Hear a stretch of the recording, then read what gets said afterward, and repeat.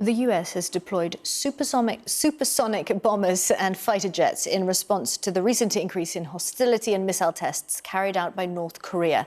South Korea's Joint Chiefs of Staff showed the B-1B bombers conducting joint aerial drills with other South Korean and US warplanes. So let's speak to retired Air Vice Marshal Sean Bell. He's here with us. He knows a bit about aerial drills, don't you? There are the planes. Those are the bombers, are they?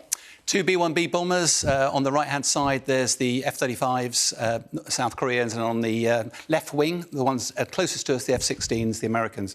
It's worth providing a bit of context here, I think, for viewers. Korea was first annexed by Japan in 1910, and in 1945, at the end of the Second World War, the former Soviet Union, America, cut it in two. It was administered to the north by former Soviet Union, China, for the south by America and its allies, and became a bit of the front line in a Cold War. In 1950, the Soviet Union had been piling weapons into North Korea. They attacked South Korea.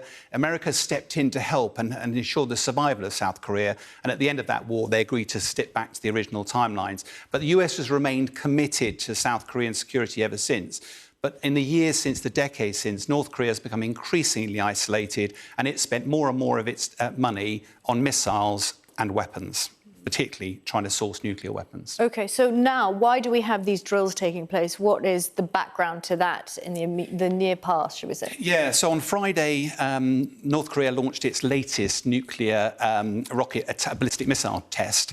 Why this is important, the range of this particular missile could reach the continental United States of America, and it has the potential to carry multiple warheads as well. These missiles go a long way, and even a test missile, it went up over 3,700 miles. And it goes right here, about 620 miles, landed in the Sea of Japan over to our right. But it's also of interest that North Korea has been potentially readying itself for another nuclear test. It hasn't done one of these for 5 years yet. Now, the US routinely conducts these joint military operations with their South Korean colleagues. But, of course, every time that happens, North Korea feels threatened and it responds accordingly. As soon as it responds, the US has to escalate. Now, it's worth remembering the US military is committed to freedom of passage across the whole area.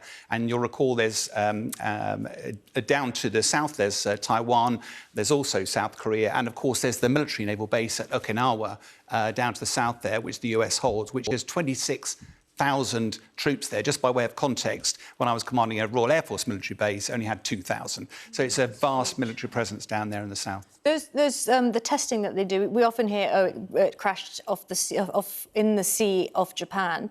How do they know how far it can go? Are they testing to see how far it can go? Does it go a little bit further every test, or how does that work? Well, the trouble is with these things is the further they go, the more unpredictable it is where it's going to land. So they only put enough fuel in it and guide it to land somewhere in international waters, which is why they're doing this test now. Interestingly to see why Kim Jong Un is doing these tests. He normally does it for 3 reasons, one of which is to actually test and develop his weapons.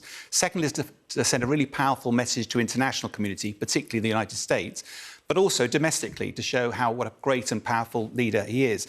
Interestingly, let's look back to the Ukraine conflict. Ukraine used to be the 3rd largest nuclear power in the world, but it ceded those weapons back in the early 1990s. Would Russia have invaded Ukraine had it still got nuclear weapons? And that message, I think, is really powerful, because for North Korea that feels paranoid about its own security, it needs to get the nuclear capability with the one ultimate deterrent and secure its secure its position. But it's a dangerous country. It's an unstable country from a West perspective.